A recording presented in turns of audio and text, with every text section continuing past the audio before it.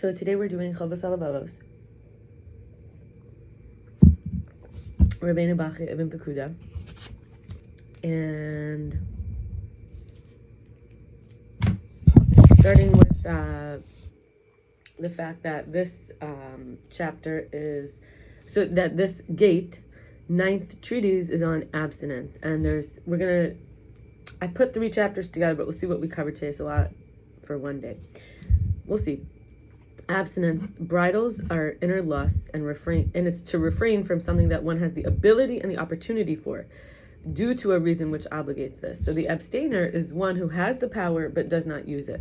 What are some reasons which obligates abstinence? That which applies to humans, collectively human beings, and many other living creatures, and 2, that which applies specifically to men of Torah, I guess we'll say women. General abstinence, the first, is that which is practiced for the welfare of our bodies and to keep our secular matters in good order. For example, kings that institute the law of the land and the regimen that is prescribed by doctors for the healthy or the sick. The practices of every intelligent person when it comes to food and drink and clothes and speech and marital relations and activities and pleasure. Torah abstinence is that which the Torah reason teaches for the benefit of the soul in the afterlife. The Creator's purpose in creating mankind was in order to bring difficulties to the soul, tested in this world so it purifies itself and attains the form of the holy angels. Divine wisdom necessitated the testing of the soul in physical earthen bodies, which can grow and gain mass through eating food suitable for it. God implanted a desire for the foods appointed to its body. In other words, this is really fascinating, that the body in this world during its time will have a desire for the foods that are appointed to it.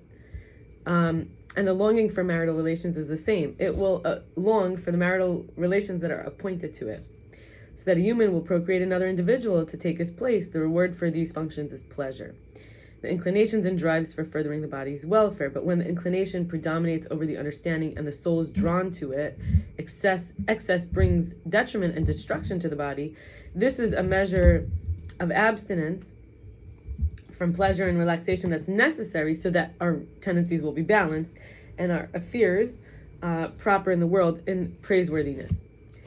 Ascetics, Ascetics, not like the aesthetic, it's ascetic. Ascetic is these are people who separate and cut themselves off completely from secular occupations, and mankind can learn from them, each according to need and what's fitting for his customs and tendencies, but it would not further mankind's welfare if everybody was an ascetic, because then civilization, humanity would be ended and abandoned. Abstinence is one of the cornerstones of the world, the same way that human beings need sciences, trades, etc., which some nations excel over others, for all of mankind's benefit. Everybody benefits. So each class takes from the world, according to its needs, what's suitable for it, but it would not further the world's welfare if everyone devoted themselves to only that one field and no other fields, because the general welfare of the world is furthered by the cultivation of all fields. So special abstinence for men of Torah.